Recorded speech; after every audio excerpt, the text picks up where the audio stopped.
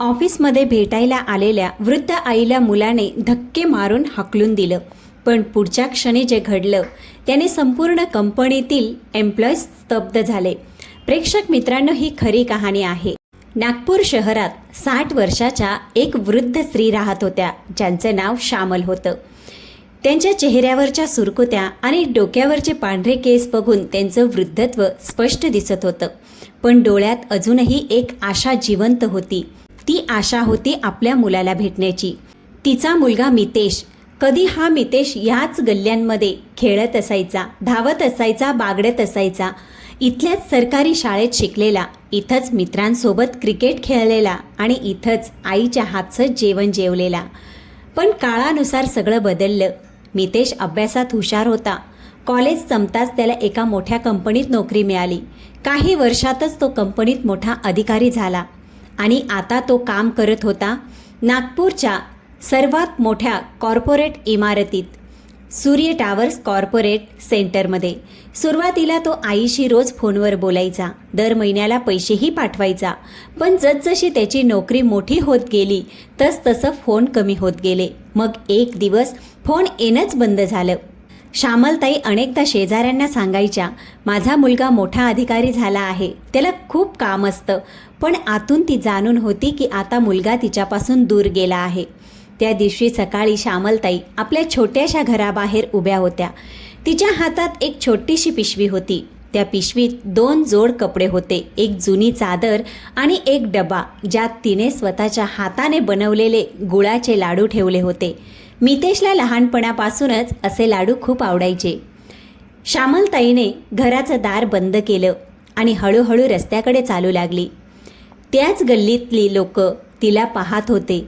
एका शेजारणीने विचारलं, कुठे चालली आहेस श्यामल? श्यामलताईंनी हसून म्हटलं, माझ्या मितेशला भेटायला.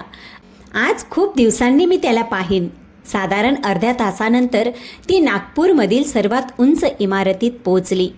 तीच जागा जिथे तिचा मुलगा काम करत होता. सूर्य टावर्स कॉर्पोरेट सेंटर, काचेच्या चमचमीत भिंती, आत जात असलेले शेकडो कर्मचारी, गेटवर उभे सुरक्षा रक्षक, हे सगळं श्यामलताईंसाठी पूर्णपणे नवीन होतं. ती हळूहळू गेटजवळ पोचली. गार्डने तिला वरपासून खालीपर्यंत निहाळलं आणि विचारलं, कुठे जायचं आहे तुम्हाला? श्यामलताईने थोडंसं संकोचून सांगितलं, बाळा, माझा मुलगा इथे काम करतो, मितेश. गार्ड लगेच समजला. मितेश कंपनीचा सिनियर मॅनेजर होता. गार्डने फोन केला आणि काही वेळानंतर म्हणाला, जा, 5व्या मजल्यावर त्यांचं केबिन आहे. श्यामलताईने पहिल्यांदाच लिफ्ट पाहिली होती. हृदय जोरात धडधडत होतं, पण चेहऱ्यावर आनंद मात्र स्पष्ट दिसत होता. लिफ्ट उघडली तर समोर मोठं ऑफिस होतं. सगळेच लोक कॉम्प्युटरवर काम करत होते, फोनवर बोलत होते. तेवढ्यात एका मुलीने तिला पाहून विचारलं, आपण कुणाला भेटायला आला आहात का? श्यामलताई हसून म्हणाल्या, बाळा, मितेश, मी त्याची आई आहे. ती मुलगी थोडी चकित झाली, पण तिने मितेशच्या कॅबिनकडे इशारा केला. श्यामलताई हळूहळू त्या कॅबिनजवळ पोचल्या. आत मितेश बसला होता. ब्रँडेड सूट, चमकणारी घड्याळ, समोर लॅपटॉप आणि त्याच्या भोवती काही सहकारी उभे होते. तो एखाद्या प्रोजेक्टवर चर्चा करत असावा. श्यामलताईंच्या चेहऱ्यावर चमक आली. ती दाराजवळ उभी राहून म्हणाली, मितेश. आवाज ऐकताच मितेशने डोकं वर केलं. त्याची नजर दारात उभ्या त्या वृद्ध स्त्रीवर पडली. काही सेकंद तो तिला पाहत राहिला. मग अचानक त्याच्या चेहऱ्याचा रंगच बदलला. त्याने लगेचच आजूबाजूच्या लोकांकडे पाहिलं. सहकारीही त्या स्त्रीकडे पाहून आपसात बोलू लागले आणि तेव्हाच मितेश आपल्या खुर्चीतून उठून रागाने त्या वृद्ध स्त्रीकडे गेला. त्याच्या चेहऱ्यावर भीती आणि चिडचिड स्पष्ट होती. काही क्षणापूर्वी जो माणूस सहकाऱ्यांसमोर आत्मविश्वासाने उभा होता, आता त्याच्या चेहऱ्यावर एक विचित्र बेचैनी दिसत होती. श्यामलताई त्याला आपल्या दिशेने येताना पाहून आनंदी झाली. तिला वाटलं, मुलगा कदाचित अचानक तिला पाहून आश्चर्यचकित झाला असेल. म्हणून काही क्षण गप्प राहिली आणि ती हलक्या हसऱ्या चेहऱ्याने म्हणाली, मितेश, बाळा, मी आले आहे. खूप दिवस झाले तुला पाहिलं नव्हतं ना? पण मितेशचा चेहरा पूर्णपणे कठोर होता. त्याने आजूबाजूच्या सहकाऱ्यांकडे पाहिलं. मग हळू पण रागाने भरलेल्या आवाजात म्हणाला, तुम्ही इथे काय करत आहात? त्याच्या आवाजात जराही आपुलकी नव्हती.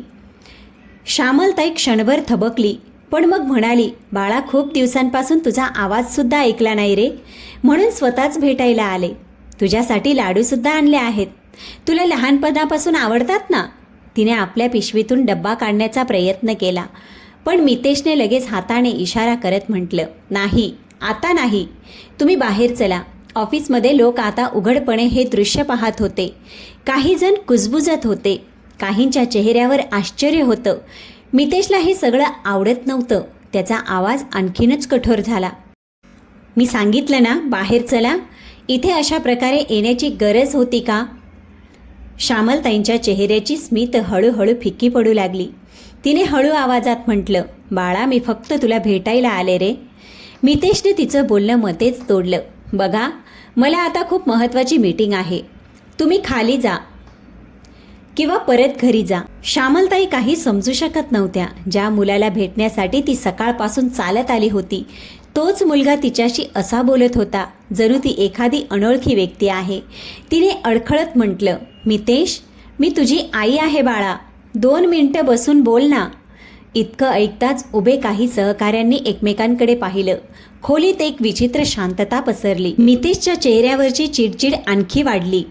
तो पटकन पुढे गेला आणि जवळजवळ कुजबुजत पण कडक आवाजात म्हणाला, तुम्हाला समजत नाही का? इथे अशा गोष्टी करू नका. प्लीज बाहेर जा. श्यामलताईंच्या डोळ्यात आता हलकी ओल येऊ लागली होती. त्यांनी हळू आवाजात विचारलं, बाळा, खरंच मी तुला त्रास देत आहे का रे? मितेशने उत्तर न देता सिक्युरिटीला इशारा केला. 2 गार्ड लगेच तिथे आले. ऑफिसमध्ये असलेले लोक आता पूर्णपणे शांत झाले होते. सगळ्यांचे लक्ष त्या दृश्याकडे लागले होते. गार्डने हळूच म्हटलं, आई, तुम्ही खाली चला. श्यामलताईंनी शेवटच्या वेळी आपल्या मुलाकडे पाहिलं. कदाचित त्या अपेक्षा करत होत्या की आता मितेश काहीतरी बोलेल, कदाचित हाक मारेल, कदाचित मला थांबवेल. पण मितेश आपली नजर दुसरीकडे वळून बसला होता. गार्डच्या हलक्या ढकलण्याने श्यामलताई दरवाजाकडे चालू लागल्या. त्यांच्या हातात तोच छोटासा बॅग होता आणि दुसऱ्या हातात लाडूंचा डब्बा. चालता चालता त्यांनी पुन्हा एकदा मागे वळून पाहिलं, पण मितेश आता आपल्या लॅपटॉपच्या स्क्रीनकडे पाहण्याचा अभिनय करू लागला. काही वेळातच श्यामलताई ऑफिसच्या बाहेर कॉरिडॉरमध्ये उभ्या होत्या. त्यांच्या डोळ्यात अश्रू होते, पण त्यांनी ते पुसून टाकले. त्या हळूहळू लिफ्टकडे चालू लागल्या. त्याच वेळी खाली ग्राउंड फ्लोअरवर एक काळी चमकदार कार येऊन थांबली. कारमधून कंपनीचे मालक रोहन उतरले. ते जलद पावलांनी बिल्डिंगमध्ये आत जात होते. तेव्हा त्यांच्या नजरेस लिफ्टजवळ उभी असलेली ती म्हातारी स्त्री पडली. श्यामलताईंच्या हातात छोटीशी बॅग होती आणि डोळ्यात विचित्र उदासी. रोहन काही क्षण थांबला. त्याने नीट त्या स्त्रीकडे पाहिलं. मग हळूच तिच्याकडे येऊन म्हणाला, आई, तुम्ही ठीक आहात ना? कुणाला भेटायला आला आहात का? श्यामलताईंनी लगेच अश्रू पुसले आणि हलकं स्मित करत म्हणाल्या, हो बाळा, मी माझ्या मुलाला भेटायला आले होते, मितेश. हे नाव ऐकताच रोहनच्या चेहऱ्यावर हलकं आश्चर्य उमटलं. त्यांनी लगेचच विचारलं, तुम्ही मितेशच्या आई आहात? श्यामलताईंनी मान हलवून हो म्हटलं आणि हळूच म्हणाल्या, हो बाळा, मी त्याची आई आहे. फक्त भेटायला आले होते. कदाचित त्याला काम जास्ती असेल. रोहन काही क्षण शांत उभे राहिले. मग त्यांची नजर श्यामलताईंच्या हातातील त्या छोट्या डब्याकडे गेली. त्यांनी हळूच विचारलं, यात काय आहे? श्यामलताई हलकंसं हसल्या आणि म्हणाल्या, लाडू आहेत. मितेशला लहानपणापासून खूप आवडतात. रोहनच्या डोळ्यात अचानक एक खोल विचार उमटला. त्यांनी काही न बोलता वर 5व्या मजल्याकडे पाहिलं आणि मग हळू पण ठाम पावलाने लिफ्टकडे निघाले. तर त्याच वेळी 5व्या मजल्यावर आपल्या कॅबिनमध्ये बसलेला मितेश अजिबात जाणत नव्हता की पुढच्या काही मिनिटात जे होणार आहे ते त्याच्या संपूर्ण आयुष्याची दिशा बदलून टाकणार आहे. प्रेक्षक मित्रांनो, मितेश आपल्या लॅपटॉपच्या स्क्रीनकडे नजर खिळवून बसला होता. पण खरं म्हणजे त्याचं लक्ष कामावर नव्हतं. आत्ताच जे घडलं त्याचा परिणाम त्याच्या मनात कुठेतरी चालू होता. त्याने स्वतःला समजवण्याचा प्रयत्न केला की त्याने बरोबरच केलं आहे. त्याला वाटलं की ऑफिसमधल्या लोकांना कळलं असतं की तो त्या गरीब बाईचा मुलगा आहे तर त्याची इमेज खराब झाली असती. म्हणून त्याने स्वतःला हेच सांगून शांत करण्याचा प्रयत्न केला की हे सगळं आवश्यक होतं. त्याच वेळी ऑफिसच्या दरवाजाजवळ हलचल झाली. काही लोक अचानक आपल्या खुर्च्यांवरून उठले. कुणीतरी हळूच म्हटलं, सर आले आहेत. आणि पाहता पाहता पूर्ण फ्लोअरचं वातावरण बदललं. कंपनीचे मालक रोहन जलद पावलांनी आत येत होते. त्यांच्यासोबत 2 वरिष्ठ अधिकारीसुद्धा होते. रोहन थेट मितेशच्या कॅबिनसमोर येऊन थांबला. मितेशने लगेचच त्यांना पाहिले आणि खुर्चीवरून उठून उभा राहिला. त्याने हलक्या स्मिताने म्हटलं, गुड आफ्टरनून सर. पण रोहनच्या चेहऱ्यावर कोणतंही स्मित नव्हतं. त्यांनी काही सेकंद मितेशकडे काही न बोलता पाहिलं. मग शांत पण जड आवाजात म्हणाले, मितेश, थोड्या वेळापूर्वी इथे एक म्हातारी स्त्री आली होती. ती तुला भेटायला आली होती, बरोबर ना? हे ऐकताच महेशचं हृदय जणू एका क्षणासाठी थांबलं. त्याने स्वतःला सावरत म्हटलं, सर, ती फक्त एक बाई होती. कदाचित चुकीच्या ठिकाणी आली होती. मितेशचं उत्तर ऐकताच आसपास उभे असलेले अनेक कर्मचारी एकमेकांकडे पाहू लागले. काही वेळापूर्वी त्यांनी जे दृश्य पाहिलं होतं ते अजूनही त्यांच्या मनात ताजं होतं. रोहनने हळूच मान हलवली आणि म्हटलं, चुकीच्या ठिकाणी आली होती. मग त्यांनी एक पाऊल पुढे टाकत म्हटलं, ती बाई खाली उभी आहे आणि ती म्हणत होती की ती तुझी आई आहे. हे ऐकताच संपूर्ण ऑफिसमध्ये जणू शांतता पसरली. कुठलाही आवाज नव्हता. सगळ्यांची नजर आता मितेशच्या चेहऱ्यावर होती. मितेशचे ओठ कोरडे पडले. त्याने नजर खाली घातली आणि म्हणाला, सर, ती माझी आई नाही. हे म्हणताना त्याचा आवाज आधीसारखा ठाम राहिला नव्हता. रोहनने काही क्षण त्याच्याकडे पाहिलं. मग हळूच म्हणाले, विचित्र गोष्ट आहे, कारण थोड्या वेळापूर्वी तीच बाई माझ्यासमोर उभी होती आणि तिच्या डोळ्यात आपल्या मुलासाठी जे ममत्व होतं ते खोटं वाटत नव्हतं. मितेश शांत राहिला. तो समजू शकत नव्हता की काय बोलावं. ऑफिसमध्ये लोक आता पूर्ण शांत उभे होते. कुणालाही अपेक्षा नव्हती की गोष्ट इथपर्यंत पोहोचेल. रोहनने अचानक वळून आपल्यासोबत आलेल्या अधिकाऱ्याला सांगितलं, त्यांना वर घेऊन या. हे ऐकताच मितेशचं हृदय वेगाने धडधडू लागलं. काही मिनिटातच ती वृद्ध स्त्री श्यामलताई हळूहळू ऑफिसच्या आत आल्या. त्यांच्या हातात तोच छोटासा बॅग आणि लाडूंचा डब्बा अजूनही घट्ट पकडलेला होता. त्यांनी जसे मितेशला पाहिले, त्यांच्या चेहऱ्यावर पुन्हा तीच हलकीशी आशा दिसली. रोहनने श्यामलताईंकडे इशारा करत मितेशला विचारलं, तुम्ही यांना ओळखता का? मितेश काही क्षण शांत उभा राहिला. त्याच्यासमोर त्याची आई उभी होती, जिने त्याला लहानपणापासून वाढवले होते. पण ऑफिसमध्ये उभ्या असलेल्या इतक्या लोकांच्या नजरा त्याला अस्वस्थ करत होत्या. त्याने हळू आवाजात म्हटलं, सर, मी सांगितलं ना, मी यांना ओळखत नाही. हे ऐकता श्यामलताईंच्या चेहऱ्यावर जणू कुणीतरी वेदनेची रेषा ओढली. त्यांनी मंद आवाजात म्हटलं, मितेश बाळा. पण मितेशने लगेच नजर दुसरीकडे वळवली. ऑफिसमधील लोकांसाठी हे दृश्य खूपच अस्वस्थ करणारं होतं. कुणालाच समजत नव्हतं की काय बोलावं. रोहन आत्तापर्यंत शांत उभे होते, पण त्यांच्या चेहऱ्यावर खोल नाराजी उतरली होती. त्यांनी हळू आवाजात श्यामलताईंना विचारले, मावशी, तुम्ही खरंच मितेशची आई आहात का? श्यामलताईंनी अजिबात न लाजता मान हलवली आणि म्हणाल्या, हो बाळा, मी याची आई आहे. याला शिकवण्यासाठी मी कित्येक वर्ष मजुरी केली. याला मोठा माणूस होताना पाहण्याचं स्वप्न होतं. आवाज थरथरत होता, पण शब्द स्पष्ट होते. ऑफिसमध्ये उभ्या असलेल्या अनेक लोकांच्या चेहऱ्यावर बदल दिसू लागला. रोहन काही क्षण त्याच्याकडे पाहत राहिले. मग त्यांनी खोल श्वास घेतला आणि मितेशकडे वळून म्हणाले, मितेश, कदाचित तुला माहीत नसेल, पण थोड्याच वेळापूर्वी जेव्हा या मावशी खाली उभ्या होत्या, तेव्हा त्यांनी तुझ्याबद्दल एकही वाईट शब्द बोलला नाही. त्यांनी फक्त इतकंच म्हटलं की त्यांच्या मुलाला खूप काम असतं. हे ऐकताच मितेशच्या आत काहीतरी तुटू लागलं. रोहनचा आवाज आता आधीपेक्षा जास्त कठोर झाला. त्यांनी म्हटलं, पण मला सर्वात जास्त आश्चर्य याचं वाटतंय की ज्याला स्वतःच्या आईची लाज वाटते, तो या कंपनीत लोकांची टीम कशी सांभाळू शकतो. हे ऐकताच संपूर्ण ऑफिसमध्ये गडद शांतता पसरली. मितेशचे डोके खाली झुकले. त्याच्याकडे आता कोणतेही उत्तर नव्हते. त्याच वेळी श्यामलताईंनी हळूच तो डब्बा पुढे केला आणि म्हणाल्या, मितेश, तुझ्यासाठी लाडू आणले होते. लहानपणापासून तुला खूप आवडतात. त्यांच्या आवाजात तक्रार नव्हती, फक्त एका आईचं तेच जुनं प्रेम होतं. पण मितेश त्या डब्याकडे पाहण्याची हिंमतही करत नव्हता. आणि तेव्हाच रोहनने अचानक असा निर्णय जाहीर केला की ज्याने संपूर्ण ऑफिस थक्क झालं. त्यांनी काही सेकंद संपूर्ण खोलीत उभ्या कर्मचाऱ्यांकडे पाहिलं.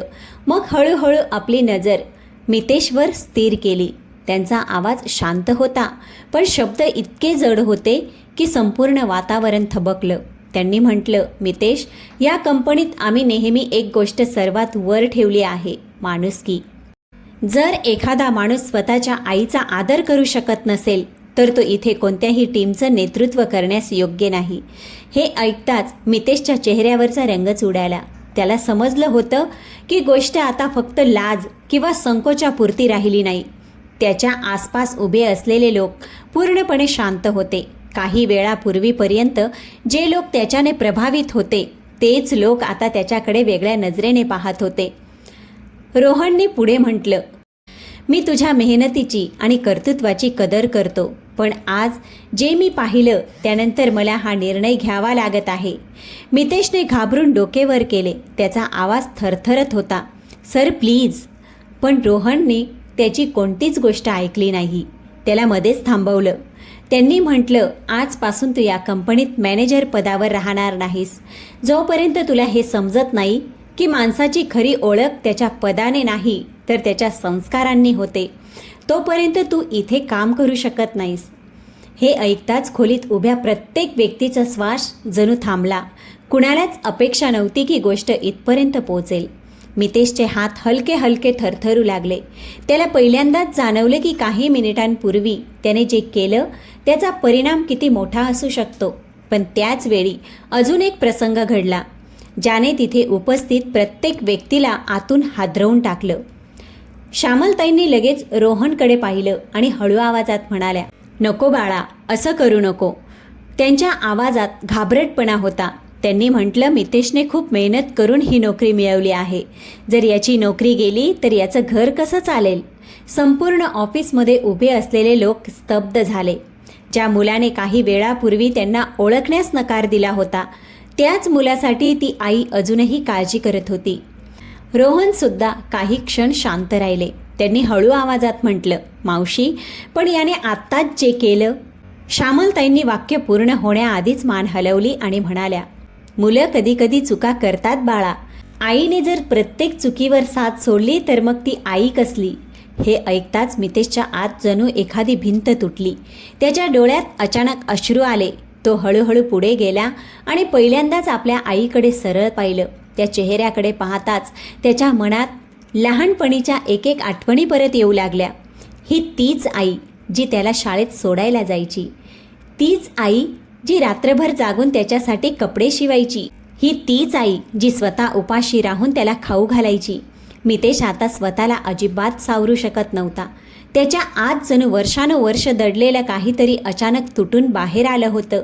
काही वेळापूर्वीपर्यंत तो आपलं पद, आपली इमेज आणि लोकांच्या नजरेबद्दल विचार करत होता. पण आता त्याच्यासमोर फक्त एक चेहरा होता, त्याच्या आईचा चेहरा. तोच चेहरा ज्याने त्याला लहानपणापासून प्रत्येक अडचणीत सावरलं होतं. अचानक मितेशचे पाय जणू आपोआप साथ सोडू लागले. तो पटकन पुढे गेला आणि आपल्या आईसमोर गुडघ्यांवर बसला. संपूर्ण ऑफिसमध्ये सगळ्यांसमोर त्याचे हात थरथरत होते.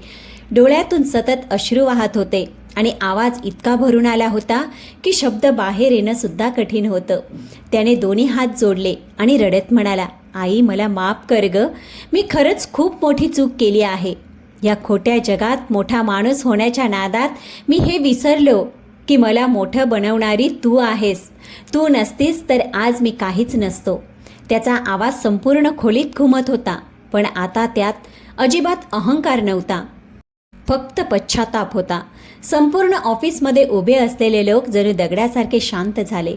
काहींनी हळूच आपली नजर खाली केली. कुणालाही वाटलं नव्हतं की तोच माणूस जो काही मिनिटांपूर्वी आपल्या आईला ओळखण्यास नकार देत होता, तोच माणूस आता तिच्या पायाशी डोकं टेकून रडत आहे. अनेक कर्मचाऱ्यांच्या डोळ्यात पाणी आलं होतं. काहींना कदाचित आपल्या घराची आठवण येत असावी, आपल्या आईची आठवण येत असावी. श्यामलताई आपल्या मुलाला या अवस्थेत पाहून काही क्षणासाठी पूर्णपणे स्तब्ध उभ्या राहिल्या. त्यांच्या चेहऱ्यावर वेदना होती, पण त्या वेदनेपेक्षा आईचं प्रेम अधिक होतं. त्यांनी हळूच आपले थरथरणारे हात पुढे केले. मितेशचं डोकं उचललं आणि खूप प्रेमाने त्याच्या डोक्यावरून हात फिरवू लागल्या. त्यांच्या हातात तीच जुनी माया होती, तोच स्नेह जो लहानपणी मितेशला दुखापत झाल्यावर मिळायचा. त्यांनी मंद पण अतिशय कोमल आवाजात म्हटलं, रडू नको बाळा. आई कधीही आपल्या मुलावर रागवत नाही. मुलं चुका करतात तेव्हा आईचं मन त्यांना शिक्षा देण्यासाठी नसतं, त्यांना सावरण्यासाठी असतं. हे ऐकताच मितेश आणखी जोरात रडू लागला. त्याचे अश्रू आता थांबायचं नाव घेत नव्हते. त्याच वेळी रोहन काही पावलं पुढे आला. त्यांनी हे संपूर्ण दृश्य खूप बारकाईने निहाळलं होतं. त्यांच्या चेहऱ्यावर आता राग नव्हता, पण एक खोल गंभीरता होती. त्यांनी आधी मितेशकडे पाहिलं, मग श्यामलताईंकडे. काही सेकंद ते पूर्णपणे शांत राहिले, जणू हा क्षण आतून अनुभवत होते. मग त्यांनी खोल श्वास घेतला आणि मंद पण ठाम आवाजात म्हटलं, मितेश, आज तुला तुझ्या आईने वाचवलं आहे.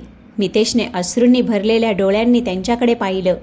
रोहन पुढे म्हणाले, जर आज ही आई इथे नसती, जर यांच्या मनात तुझ्यासाठी इतकं मोठं प्रेम नसतं, तर कदाचित आज तुझी नोकरीच नाही तर तुझी इज्जतही संपली असती. त्यांचं बोलणं ऐकून मितेशचं डोकं आपोआप खाली झुकलं. त्याच्या चेहऱ्यावरचा सगळा अहंकार नाहीसा झाला, जो काही वेळापूर्वी त्याची ओळख बनला होता. रोहन थोडा थांबून पुन्हा म्हणाले, मी माझ्या आयुष्यात अनेक लोकांना मोठं होताना पाहिलं आहे, पण खरं सांगायचं तर जो माणूस आपल्या आईवडिलांचा सन्मान करत नाही, तो खऱ्या अर्थाने कधीच मोठा होऊ शकत नाही. संपूर्ण ऑफिस अगदी शांत होतं. प्रत्येक शब्द सगळ्यांच्या मनापर्यंत पोहोचत होता. त्यांनी पुढे म्हटलं, मितेश, मी तुला एक संधी देतोय, पण ही शेवटची संधी असेल. आयुष्यातील सर्वात मोठं पद, सर्वात मोठा सन्मान, सर्वात मोठं यश म्हणजे आईवडिलांचा आशीर्वाद. जर तो हरवला तर बाकी सगळं असूनही माणूस आतून रिकामा राहतो. हे ऐकताच मितेशच्या डोळ्यातून पुन्हा अश्रू वाहू लागले. त्याने हळूच आपल्या आईचा हात धरला आणि यावेळी तो हात इतक्या घट्ट पकडला, जणू आता तो त्यांना कधीही स्वतःपासून दूर जाऊ द्यायचा नव्हता. श्यामलताईंनी आपल्या मुलाकडे पाहिलं. त्यांच्या डोळ्यातही अश्रू होते, पण त्या अश्रूंमध्ये वेदनेपेक्षा समाधान जास्त होतं. कारण आज त्यांचा मुलगा पुन्हा तोच मुलगा बनला होता, ज्याला त्यांनी आपल्या संस्कारांनी घडवलं होतं. ऑफिसमध्ये उभे असलेले लोक हे सगळं शांतपणे पाहत होते. कुणाच्या चेहऱ्यावर आश्चर्य होतं, कुणाच्या चेहऱ्यावर भावुकता, पण प्रत्येकाच्या मनात एकच भावना होती की कधी कधी आयुष्य माणसाला पाडून नाही तर त्याला त्याच्या मुळांची आठवण करून सावरतं. असो प्रेक्षक मित्रांनो, काही मिनिटांनी मितेश आपल्या आईला घेऊन हळूहळू ऑफिसमधून बाहेर पडला. त्याच्या हातात तोच छोटा डब्बा होता ज्यात गुळाचे लाडू होते. त्याने चालता चालता एक लाडू काढला, आईकडे पाहिलं आणि हलक्या हास्याने म्हणाला, आई, इतक्या वर्षांनी पुन्हा तुझ्या हातचा स्वाद मिळणार आहे. श्यामलताईंच्या डोळ्यात पुन्हा तीच चमक परत आली आणि त्या दिवशी सूर्य टावर्स कॉर्पोरेट सेंटरमध्ये असलेल्या प्रत्येकाच्या मनात एकच गोष्ट घुमत होती की आयुष्यात माणूस कितीही मोठा झाला तरी जर तो आपल्या आईसमोर डोकं झुकवायला विसरला तर त्याचं सगळं यश अपूर्ण राहतं. प्रेक्षक मित्रांनो, या कथेचा धडा खूप सोपा पण खोल आहे. माणूस आयुष्यात कितीही मोठा झाला तरी जर तो आपल्या आईवडिलांचा सन्मान करू शकत नसेल तर त्याचं सगळं यश अपूर्ण राहतं. पैसा, पद आणि कीर्ती नंतर येतात. सर्वप्रथम येतात ते लोक ज्यांनी आपल्याला ह्या जगात चालायला शिकवलं. मितेशने त्या क्षणी आपल्या आईसोबत जे केलं तो फक्त अहंकार होता की मग शहराच्या चकाकीत माणूस बदलून जातो? आणि दुसऱ्या बाजूला श्यामलताई, तुम्हाला वाटतं का की त्यांनी आपल्या मुलाला इतक्या लवकर माफ करायला हवं होतं की मितेशला आपल्या चुकीची थोडी अजून जाणीव होऊ द्यायला हवी होती? आपलं मत कॉमेंटमध्ये नक्की सांगा. तुमचा विचार दुसऱ्याला आपल्या आईवडिलांची किंमत समजावून देऊ शकतो. जर कथा तुमच्या हृदयाला भिडली असेल तर व्हिडिओला लाईक अवश्य करा, चॅनलला सबस्क्राईब करा आणि बेल आयकन प्रेस करण्यासोबतच हाईप करायला विसरू नका. चला तर भेटूया पुढच्या कथेसोबत. तोपर्यंत स्वतःची काळजी घ्या.